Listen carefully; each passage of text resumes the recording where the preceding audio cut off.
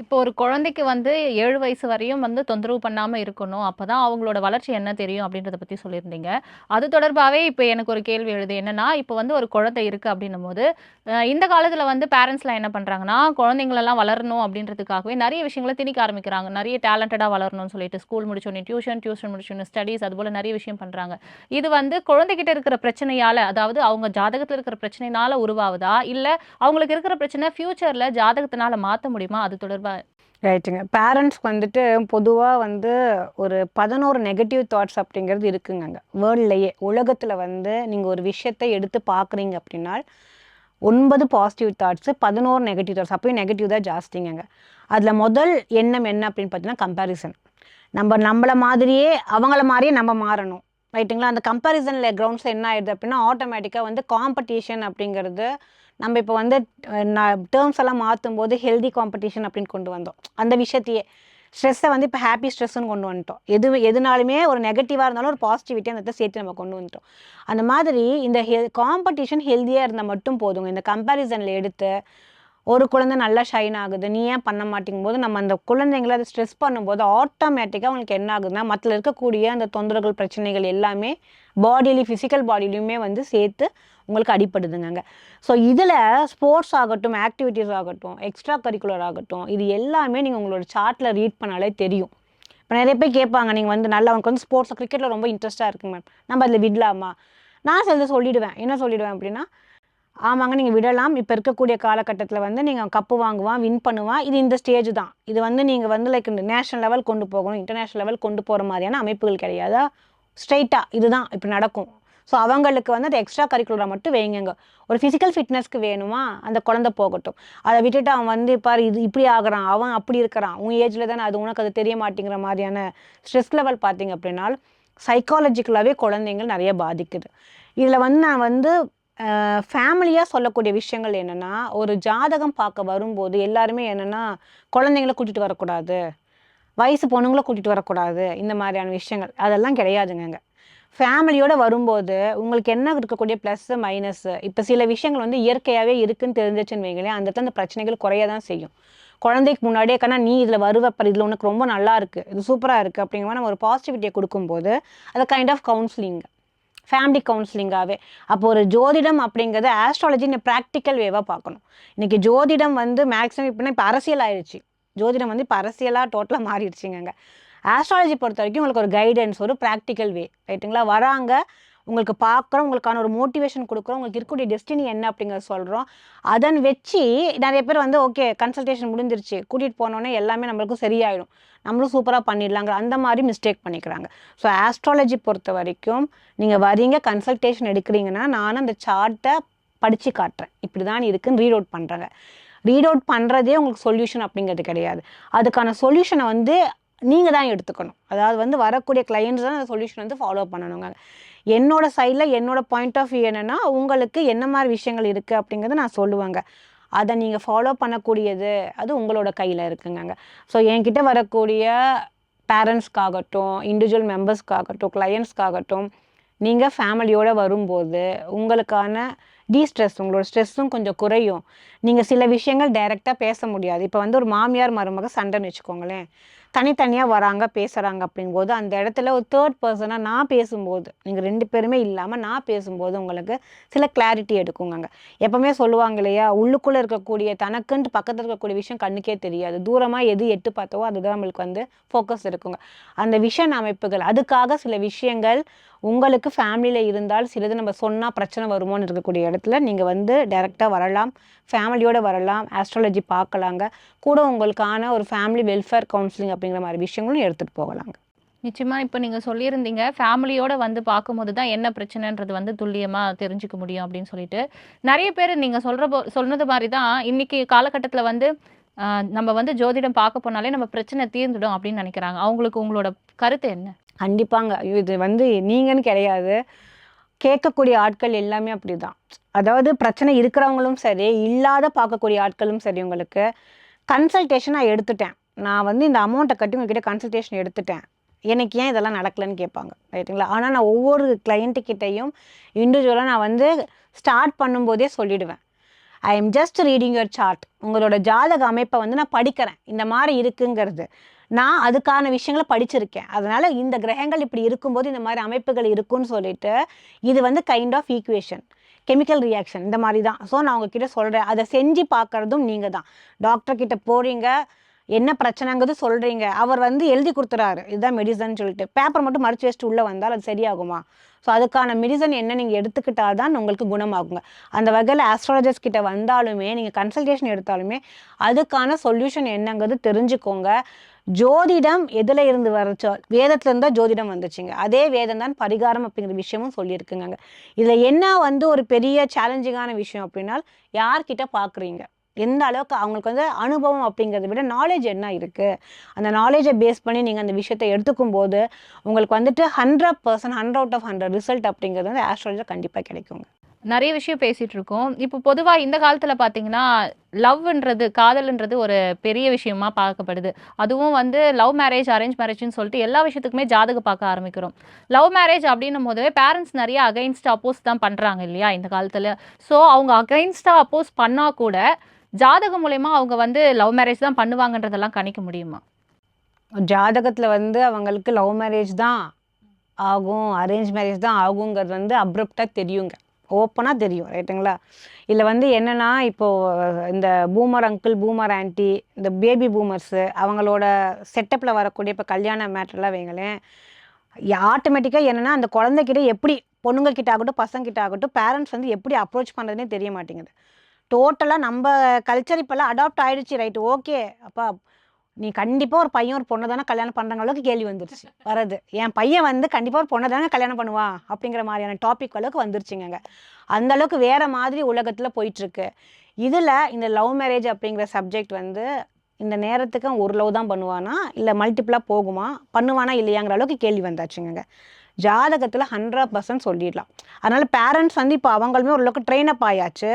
இருந்தாலும் இப்போ இருக்கக்கூடிய இந்த ஜென்சி கிட்ஸுக்கு அவங்களுக்கு இருக்கக்கூடிய சொல்லக்கூடிய விஷயங்கள் என்ன அப்படின்னா, லவ் பண்ணுறது தப்பு கிடையாது, ரைட்டுங்களா? அதனால் வந்து ஸ்ட்ரெஸ் ஆகிக்க வேண்டாம். நீங்கள் எந்த அளவுக்கு வந்து லவ் ஜாஸ்தி போகுதோ அந்த அளவுக்கு வந்து இந்த பெயின் அப்படிங்கிற சீரிஸும் போயிட்டுருக்கு. நியூஸில் வந்து நம்ம நல்ல விஷயங்களும் நிறையா இருக்குது. அதில் வந்து லவ் ஃபெயிலியருங்கிறாங்க, லவ் ஜிஹாதுங்கிறாங்க, அதுங்கிறாங்க, இதுங்கிறாங்க, நெகட்டிவான விஷயங்கள் நிறையா போயிட்டுருக்குங்க. இதில் இப்போ இருக்கக்கூடிய பேரண்ட்ஸ்க்கான மைண்ட் செட் என்ன, ஒருவனுக்கு ஒருத்தி ஃபார்முலா, இது ஓகேவா இருக்கா, இனி அடுத்த வரக்கூடிய ஜென்ரேஷன் ஓகேவா போயிட்டே இருக்குங்க, ரைட்டுங்களா? நம்மளோட சைடில் வந்து மெயினாக அந்த ரெஸ்ட்ரிக்ஷன், அந்த ஒரு டோட்டலாக வந்து ரெஸ்ட்ரிக்ஷனுங்கிற அந்த பேரில் இப்போ இருக்கக்கூடிய ஜென்ரேஷனுக்குங்க பேரண்ட்ஸ் வந்துட்டு நிறைய கேள்விகள் வருது. கரெக்டாக ஆகுமா இல்லையா அப்படிங்கிற மாதிரி, கல்யாணம் பண்ணிப்பானா பண்ண மாட்டானா என்னங்கிற மாதிரியான விஷயங்கள் வருதுங்க.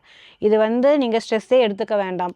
ஏதாவது ஒன்று சொல்லிட்டா வம்பு என்ன ஆகிடுது அப்படின்னா, போய் வந்து அவங்க வந்து சொல்லிட்டாங்க லவ் மேரேஜ் தான் சொல்லிட்டு அவனை பயங்கரமாக பையனையோ பொண்ணையோ போட்டு டார்ச்சர் பண்ணுறாங்க பேரண்ட்ஸு, ரைட்டுங்களா? தெரிஞ்சுக்கோங்க, இதை தெரிஞ்சுக்க தப்பு கிடையாது. இப்போ இருக்கக்கூடிய ஸ்கூலில் செக்ஸ் எஜுகேஷன் அப்படிங்கிறது 2 வயசு 3 வயசு குழந்தைங்களே சோஷியல் மீடியா ஓப்பன் அப் ஆயிடுச்சு. ப்ரைவேட்டைசேஷனை வச்சுருக்கிறாங்க, ஒன்றும் கிடையாது, யாருனாலும் எதனாலும் பார்க்கலான்னு ஆயிடுச்சு. அதனால் ஆஸ்ட்ராலஜியில் இந்த காதல் திருமணம் அப்படிங்கிற ஒரு விஷயத்தை வந்து இப்போ என்னென்னா, ஐயோ என்னடா இப்படி பேசுகிறாங்க அப்படிங்கிற மாதிரியான கான்செப்ட்லாம் கிடையாது. ஓப்பனாக வராங்க. லவ் மேரேஜ் பண்ணுவானா, அரேஞ்ச் மேரேஜ் பண்ணுவானா, ஃபஸ்ட்டு கேள்வி மேரேஜ் பண்ணுவானா, அடுத்த கேள்வி அதே ஜெண்டரில் மேரேஜ் பண்ணுவானான்னு, 2வது, 3வது பண்ணுறது தெரிஞ்சு பண்ணுவாங்களா தெரியாமல் பண்ணுவாங்களா, இந்த மாதிரி சிம்பிளிஃபை ஆயிடுச்சுங்க. இதில் நம்ம ஜாதகம் பார்த்தால் லவ் மேரேஜ் பண்ணுமான்னு தெரிஞ்சிடலாம், அரேஞ்ச் மேரேஜ் பண்ணுமான்னு தெரிஞ்சிடலாங்க. கல்யாணம் ஆனதுக்கப்புறம் 2வது மேரேஜ் பண்ணுவாங்களான்னு தெரிஞ்சுக்கலாம், செகண்ட் மேரேஜ் தேர்ட் மேரேஜ்னு போயிட்டுருக்கான்னு தெரிஞ்சுக்கலாம், எத்தனை லவ்னு தெரிஞ்சுக்கலாம். இது எல்லா விஷயங்களையும் சார்ட்டில் தெரிஞ்சுக்கலாங்க. இது எல்லாம் பேரண்ட்ஸ் தெரிஞ்சாலுமே, ரைட்டுங்களா, அந்த குழந்தைகளை எந்த மாதிரி அணுகுமுறையில் பார்க்கணுமோ அந்த மாதிரி பார்க்கணும். அப்போ அந்த எஜுகேஷன் பேரண்ட்ஸுக்கும் கண்டிப்பாக வேணும். ஏன்னா இதில் வந்து எனக்கு பயங்கர எக்ஸ்பீரியன்ஸ் இந்த மாதிரி டாப்பிக்கில் நிறையா வந்து கிளையண்ட்ஸ் வந்து பேசிட்டு பெரிய வம்பில் போய் முடிஞ்சிருக்கு, ரைட்டுங்களா? அதனால் எல்லாத்துக்கும் சொல்லக்கூடிய ஒரே விஷயம் என்னென்னா, இங்கே எல்லாமே டிரான்ஸ்பரண்ட் தாங்க. இல்லை வந்து இவங்க இதை சொல்கிறாங்க அதை சொல்கிறாங்களாம் கிடையாது. நீங்களும் ஒரு கொஞ்சம் வைடன் விஷனாக வச்சுட்டு பேரண்ட்ஸும் வந்து இந்த மாதிரி கேட்கும்போது அந்த குழந்தைங்கக்கிட்ட மிரட்ட வேண்டாம். என்னம்மா இந்த மாதிரி இருக்கிற, ஏன்னா அதில் பாசிட்டிவாக இருக்கக்கூடிய விஷயங்களும் இருக்குது. அந்த லவ்னால பயங்கர நெகட்டிவ் ஏகப்பட்ட அட்டம்ஸுங்க, சூசைட் அட்டம்ஸ் அது இதுன்னு சொல்லிட்டு பயங்கரமாக நெகட்டிவில் பார்த்தோம் அப்படின்னா வந்து ரொம்ப ஜாஸ்தியாக இருக்குது. இது வந்து சொசைட்டிக்கான இழப்புன்னு கிடையாது, அவங்களோட ஃபேமிலிக்கான முதல் இழப்பு, அதுக்கப்புறம் தான் சொசைட்டிக்கு. அதனால் பேரண்ட்ஸ், பார்க்கக்கூடிய பேரண்ட்ஸும் சரி, ஏன்னா கண்டிப்பாக எனக்கு இந்த டாபிக் எடுத்து வீடியோ போட்டோன்னா நிறைய இந்த மாதிரியான கிளைண்ட்ஸ் எனக்கு வராங்க. மெஸ்அப் ஆகவே வேண்டாம், என்னன்னு தெரிஞ்சுக்கோங்க. அதை நீங்கள் வந்து உங்களோட குழந்தைங்கிட்ட எப்படி அணுகுமுறையில் பார்க்கணுமோ அந்த விஷயத்தில் பாருங்கங்க. இந்த மாரல் சயின்ஸ்னு சொல்லக்கூடிய ஒரு விஷயத்த வந்து ஸ்கூலிங்கே கொண்டு வந்தால் அப்படின்னாலும் ஓரளவு கொஞ்சம் ரெஸ்ட்ரிக்ஷனோட உங்களுக்கு வந்து சொசைட்டிக்குள்ளே கொஞ்சம் இந்த மாதிரி தொந்தரவுகள் பிரச்சனைகள் இல்லாமல், யூஎஸ் யூகே கல்ச்சரெல்லாம் இன்னும் இந்தியாவுக்கு வரலை, அந்த மாதிரி வராமல் கொஞ்ச நாள் இன்னும் தடுக்கலாங்க. இப்போ உங்கள வந்து எல்லாருமே வந்து மெடிக்கல் அஸ்ட்ராலஜர் அப்படின்னு சொல்லி நான் கேள்விப்பட்டிருக்கேன். ஸோ அப்படின்னும்போது மெடிக்கல் அஸ்ட்ராலஜர்ன்னும்போது ஜாதகத்தை வச்சே ஒருத்தவங்களுக்கு வந்து முன்கூட்டியே வர நோய்கள் பத்தி தெரிஞ்சுக்க முடியுமா? இப்போ முந்தைய காலத்துலலாம் பார்த்தீங்கன்னா, ரொம்ப நோய்கள் விகிதம் வந்து ரொம்ப கம்மியா தான் இருந்தது. ஆனா இன்னைக்கு பார்த்தீங்கன்னா, நெறைய பேருக்கு வந்து கேன்சரோ இல்ல பெரிய பெரிய நோய்கள் தீர்க்க முடியாத நோய்கள்லாம் நெறைய வந்துட்டு இருக்கு. ஜாதகத்தை வச்சு ஒருத்தவங்களோட நோய்கள முன்னாடியே கணிக்க முடியுமா? முன்னாடியே அதுக்கான வந்து நம்ம ப்ரிகாஷன்ஸ்லாம் தேட முடியுமா? அத பத்தி சொல்லுங்க. கண்டிப்பாங்க. ஏன்னா மெடிக்கல் அஸ்ட்ராலஜின்னு சொன்னோனே டாக்டர்னு வேற போகிறதுனால எல்லாம் டாக்டர்னு நினச்சிக்கிறாங்க. இல்லைங்க, நான் வந்து டாக்டரேட்டு. மெடிக்கல் அஸ்ட்ராலஜி அப்படிங்கிறது வந்து ஆஸ்ட்ராலஜியில் ஒரு ஸ்ட்ரீம் உங்களுக்கு, ரைட்டுங்களா? அதில் வந்து நிறைய முந்தின காலத்தில் மருத்துவ ஜோதிடம் அப்படிங்கிறது பெரிய அளவுக்கு அவேர்னஸ் இல்லாமல் இருந்துச்சு. ஏன்னா நிறைய பேருக்கு வந்து நோய் இல்லாமல் இருந்தது, ரைட்டுங்களா? இப்போ நிறைய நோய்கள் எல்லாத்துக்கும் ஒன்றை தொட்டா ஒன்று, ஒன்றை தொட்டா ஒன்றுன்னு சொல்லிட்டு வரனால கண்டிப்பாக வந்துட்டு இந்த மெடிக்கல் அஸ்ட்ராலஜி கண்டிப்பாக தேவைப்படும், எப்படினாலும் கரியருக்கு தேவைப்படும்னு சொல்லிட்டு நான் அதுலேயுமே வந்து ஒரு ஸ்பெஷலைசேஷனாக எடுத்து என்னோட தீசிஸ் எல்லாமே பார்த்தீங்க அப்படின்னா நான் வந்து பண்ணது இன்ஃபர்டிலிட்டியில், குழந்தையின்மை அப்படிங்கிற அந்த டாப்பிக்கில் பண்ணதுக்குங்க. ஸோ இதில் வந்து குழந்தையின்மைன்னு கிடையாது, நீங்கள் கேட்ட மாதிரி கேன்சர் ஆகட்டும், இப்போ டயபெட்டிக்குங்கிறது ஒரு காமனான விஷயம், ஏகப்பட்டது டியூமர்ஸு, இந்த லைக் வந்து லேடிஸ்க்கு வரக்கூடிய பிசிஓடி, பிசிஓஎஸ், ஃபைப்ராய்டு, இந்த மாதிரி நிறைய கம்ப்ளைண்ட்ஸுங்க, ஏகப்பட்ட கம்ப்ளைண்ட்ஸு.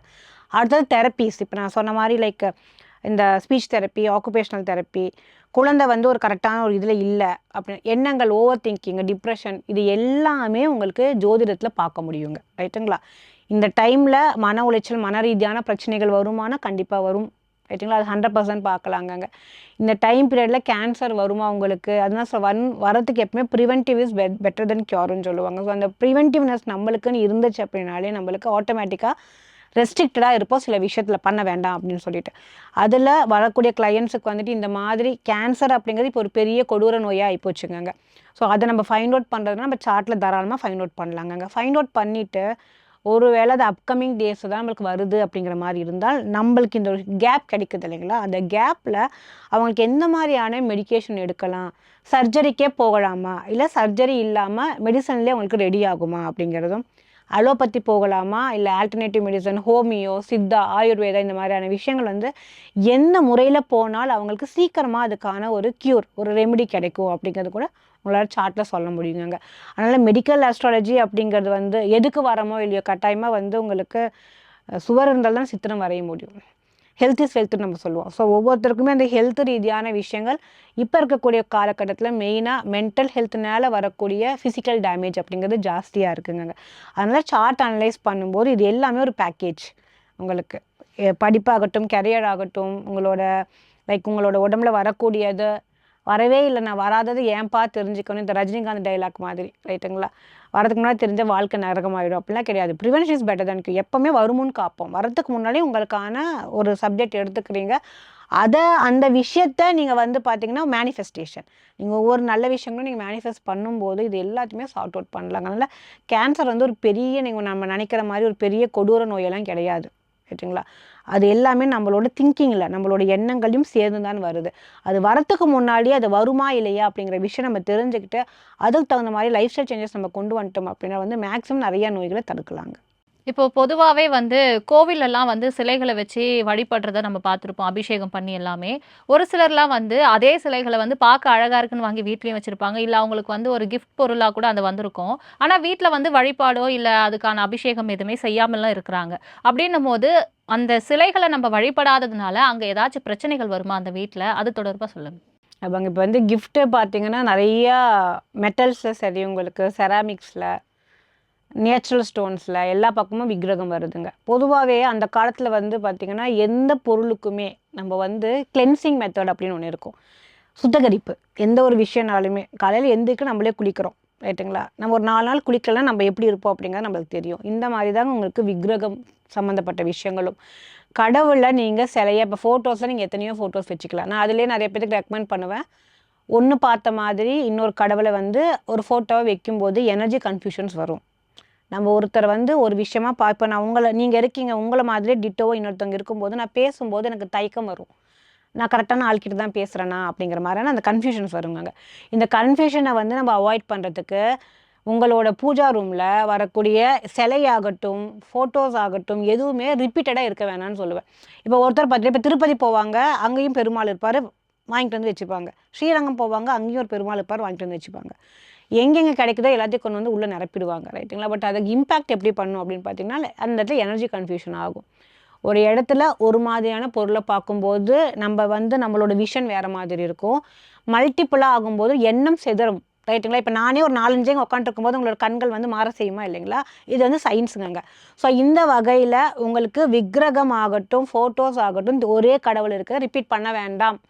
ஹவு காஸ்ட்லியாக இருந்தாலும் சரி, ஹவு எக்ஸ்பென்சிவ் நான் போட்டு நான் நிறைய வாங்கிட்டு வந்துட்டேன் அப்படின்னா அப்படி அந்த வாங்கிட்டு வந்தாலும் அந்த விஷயத்தை நீங்கள் பிளேஸ்மெண்ட்ஸ் பண்ண வேண்டாங்க ரைட்டுங்களா. இது வந்து இந்த அறிவியல் ரீதியான விஷயங்களே இது உங்களுக்கு வந்து வேண்டாம் நம்ம சொல்லக்கூடியது. அடுத்தது என்ன அப்படின்னு பார்த்தீங்கன்னா அந்த காலத்தில் வந்து சிலைகளுக்காகட்டும் விக்கிரகங்களுக்காகட்டும் உங்களுக்கு அந்த சுத்தகரிப்பு கிளென்சிங் அந்த சப்ஜெக்ட் கண்டிப்பாக தேவைப்படுது. ஏன் அப்படின்னா மெட்டல் கேரியஸ் எனர்ஜிங்க. இப்போ மேக்ஸிமம் வந்து பித்தளை ஆகட்டும், பிராஸு, பிரான்ஸு, வெங்கலம், உங்களுக்கு சில்வரு, கோல்டு, இது மெட்டல்ஸ் எல்லாம் வந்து நம்மளுக்கு ஏன் யூஸ் பண்ணுறோம் அப்படின்னா வரக்கூடிய புரோட்டான்ஸு எலக்ட்ரான்ஸு இந்த ரேஸ் யூவி அல்ட்ரா ரேஸ் இது எல்லாம் என்ன பண்ணால் அந்த மெட்டல் இழுத்து வச்சுக்கும்.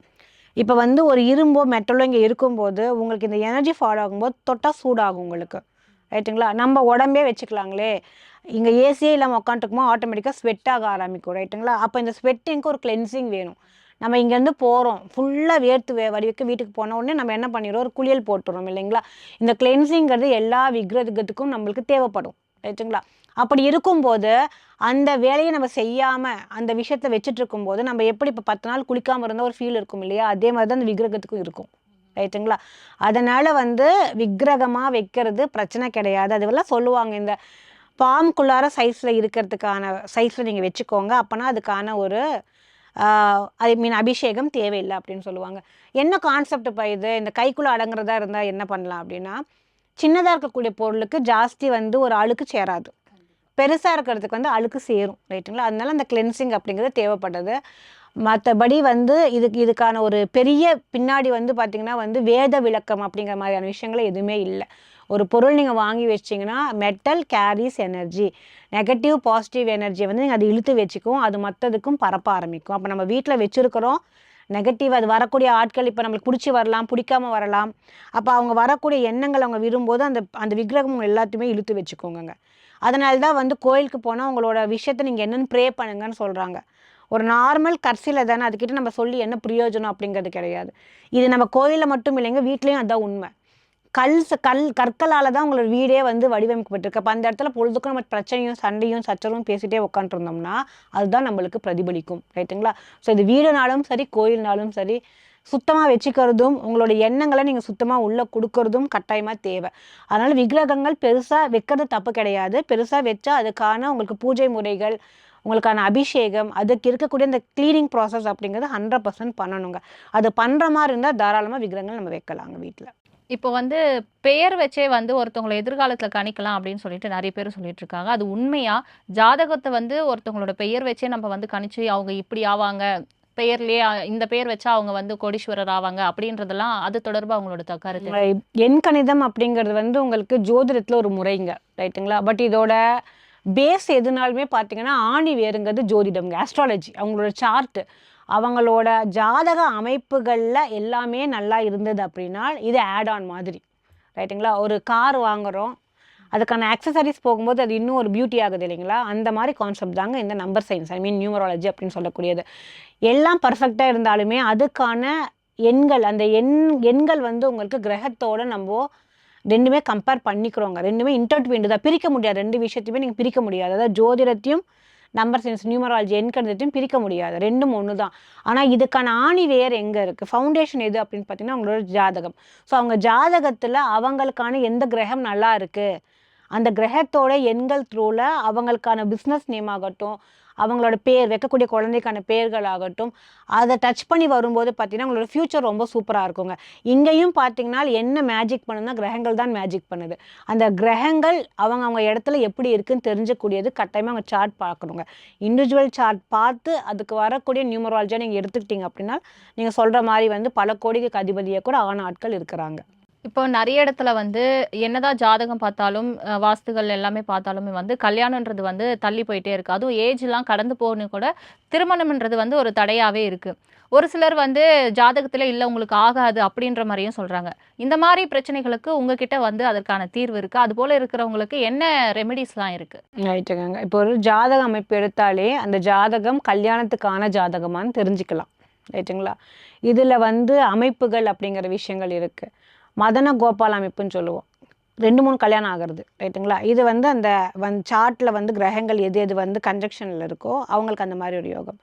சிலது சன்னியாசி யோகம்னு சொல்லுவோம். ரைட்டுங்களா? அதுக்கு நாட் மீன் அவங்க எல்லாத்தையும் திறந்து ஓடணும் அப்படிங்கிறது கிடையாது. திருமணங்கிற விஷயம் நடக்காது அவங்களுக்கு, கல்யாணங்கிறது நடக்காது. ரைட்டுங்களா? அந்த மேரேஜ்ன்ற கமிட்மெண்ட்டுக்குள்ளே அவங்க போக மாட்டாங்க. அதையும் சில கன்ஜக்ஷன் பிளானட் த்ரூவில் நம்ம சொல்லலாங்க. சில பேர்த்துக்கு பார்த்தீங்க அப்படின்னா 50 வயசுக்கு மேலே கல்யாணத்தோட அந்த டைம் பீரியட் தசாபுத்தி காலங்கள் வருங்கங்க. அவங்களுக்கு வரக்கூடிய மனைவி பார்த்தீங்கன்னா ஏற்கனவே மேரேஜ் ஆகிருப்பாங்க, மேரீடாக இருப்பாங்க. அவங்களுக்கு ஒரு குழந்தை, இப்போ வந்து ஒரு குழந்தையோட ஒரு ஆண் ஜாதகம், அவங்களுக்கு வந்து இன்னொரு மேரேஜ் வரக்கூடிய பொண்ணு வந்து ஏற்கனவே கல்யாணம் ஆகிருப்பாங்கங்கிற முதல் கொண்டு நம்ம ஜாதகத்தில் பார்க்கலாம். ஆல்ரெடி வந்து இப்போ டிவோர்ஸ் ஆன பொண்ணு தான் கல்யாணத்துக்கு வருமா, இல்லை எனக்கு டைவர்ஸ் ஆகுமா, எனக்கு வந்து குழந்தையோட தான் ஒரு பொண்ணை வந்து நான் கல்யாணம் பண்ணிப்பேனா, இல்லை எனக்கு ஒரு 50 வயசுலாச்சும் ஆகுமா, இல்லை கடைசி வரைக்கும் எனக்கு ஆகவே ஆகாது அப்படிங்கிற இந்த அமைப்புகள் எல்லாமே ஜாதகத்தில் நம்ம பார்க்கலாம். அவங்களோட சுய ஜாதக அமைப்பில் நம்ம தாராளமாக இந்த விஷயங்கள் பார்க்கலாங்க. அது நடக்குமா நடக்காதா, அதுக்கு தகுந்த மாதிரியான கவுன்சிலிங் கூட உங்களுக்கு கொடுக்கலாம். ஒரு வேளை அவங்களோட விதி பலனில் இந்த மாதிரி ஒரு அமைப்புகள் இல்லைன்னு வச்சுக்கோங்களேன், திருமணம் அப்படிங்கிற விஷயம் இல்லை அப்படின்னால் அவங்கள மென்டலி ஸ்ட்ராங் பண்ணலாங்க. ஸோ வந்து இந்த முன்ன மாதிரி இந்த ஆஸ்ட்ராலஜி, இந்த ஜோசியம் பார்க்கக்கூடிய விஷயங்கள் அப்படிங்கிறது இந்த கையிலலாம் வைப்பாங்க, நான் உனக்கு சொல்கிறேன் குறி சொல்கிறாங்களா, அந்த மாதிரிலாம் கிடையாதுங்க. உங்களோட நேரம் காலகட்டத்தை வச்சு நீங்கள் இங்கே உட்காந்துட்டீங்க, அடுத்து நீங்கள் எங்கே வேலைக்கு போவீங்க, நெக்ஸ்ட் நீங்கள் எங்கே ஷிஃப்ட் ஆவீங்கன்னு முதல் கூட சொல்லிடுறாங்க சார்ட்டில். ரைட்டுங்களா? இன்னைக்கு காலகட்டத்தில் வந்து பெண்களுக்கு வந்து அதிகமாகவே ஜாதகம் பார்க்குறத நம்ம பார்ப்போம். முக்கியமாக வந்து பெண்கள்னாலே அவங்க வந்து அதிகமாக குறிக்கோளாக இருக்கிறது அவங்களோட அழகுல தான் நம்ம குறிக்கோளாக இருக்காங்க. நிறைய இடத்துல இப்போ கேள்விப்படுறோம் ஜாதகம் மூலயமா வந்து நம்ம வந்து எப்படி இருக்க போகிறோம், நம்ம அழகாக இருக்க போகிறோமா இல்லை கலராக இருக்க போகிறோமா அப்படின்ற விஷயங்கள்லாம் பேசப்பட்டு வருது. அது உண்மையா? உண்மையிலே வந்து ஜாதகம் மூலயமா ஒருத்தவங்களோட தோற்றத்தை வந்து கணிக்க முடியுமா? ஜாதகம் வந்து தோற்றத்தை கணிக்க முடியும். நிறைய பேர் இப்போ பார்த்தீங்கன்னா கொரியன் கிளாஸ் ஸ்கின் வேணும் அப்படிங்கிற ரேஞ்சுக்கு வந்தாச்சு. நீங்கள் நிறைய பார்த்துருப்பீங்க இல்லைங்களா, சோஷியல் மீடியாவில் போட்டு தாக்குன்னு தாக்கிட்டு இருக்காங்க. ஆனால் என்னென்னா பெருசாக வந்து அவேர்னஸ் கிடையாதுங்க. சரி, நம்மளோட இந்தியன் ஸ்கின் டோன் ஒன்று இருக்குது, அந்த ஸ்கின் டோனுக்கு தகுந்த மாதிரியான சப்ஜெக்ட்ஸ் நம்ம எடுத்து பண்ணும்போது நம்ம நல்லாவும். இது வந்து லைக் அதர் தான் ஆஸ்ட்ராலஜி. பட் ஆஸ்ட்ராலஜியில் ஒருத்தவங்களை வந்து அழகு பண்ண முடியுமா அப்படின்னா அவங்களோட தசாபுத்தி காலங்கள் நல்லா இருந்து, ரைட்டுங்களா, அவங்களுக்கான இப்போ எங்கள் சைட்லேருந்து பார்த்தீங்க அப்படின்னா நான் வந்து ஒரு காஸ்மிக் க்ரீம்ன்ட்டு ஒரு க்ரீம் கொடுப்பாங்கங்க. நான் வேறு மாதிரி ஷாம்பு, ஹேரு, இந்த மாதிரி எந்த விஷயமும் கிடையாது. அந்த நம்ம கிட்ட இருக்கக்கூடியது காஸ்மிக் க்ரீம்ன்ட்டு. அந்த காஸ்மிக் க்ரீம் அப்படிங்கிறது வசீகரம் அப்படின்னு சொல்லக்கூடிய பழைய வேத முறைகளில் நம்ம வந்து பார்த்திங்கன்னா இந்த சாமுத்திரிகா லக்ஷணம்னு எடுப்போம். ரைட்டுங்களா? அதை வந்து என்ஹான்ஸ் பண்ணுறதுக்கு மாதிரியான விஷயங்களில் வந்து நம்ம க்ரீமாக அது தயாரிக்கிறோம். ஸோ அந்த க்ரீம் வந்து பார்த்திங்கன்னா நம்மளோட டிசேபிள், அதாவது வந்து பார்த்திங்கன்னா டிஃப்ரெண்ட்லி ஏபிள் சொல்லுவாங்க, கண்ணு தெரியாத ஆட்கள், அவங்கள வச்சு தான் நம்ம இந்த க்ரீமை வந்து அவங்களுக்கான ஒரு ஸ்கில் டெவலப்மெண்ட் அப்படிங்கிற விஷயத்தை வச்சு நம்ம இந்த ப்ராடக்ட்டை வந்து தயாரிக்கிறோம். இது முழுக்க உங்களுக்கு பிளான்ட் பேஸ்டுன்னு சொல்கிறத விட வந்து மூலிகைகள், ரைட்டுங்களா, பிளான்டேஷன், அந்த காலத்தில் சித்தர் சைடில் இருக்கக்கூடிய விஷயங்கள், அதை வந்து இப்போ இருக்கக்கூடிய கொஞ்சம் ட்ரெண்டுக்கு தகுந்த மாதிரி கொடுக்குறோம். அதில் நல்லா வந்து ரிசல்ட்ஸ் எல்லாமே இருக்குது. பட் இது ப்ரொவைடட் என்னன்னு பார்த்தீங்கன்னா இது வந்து கமர்ஷியல் ப்ராடக்ட் கிடையாதுங்க.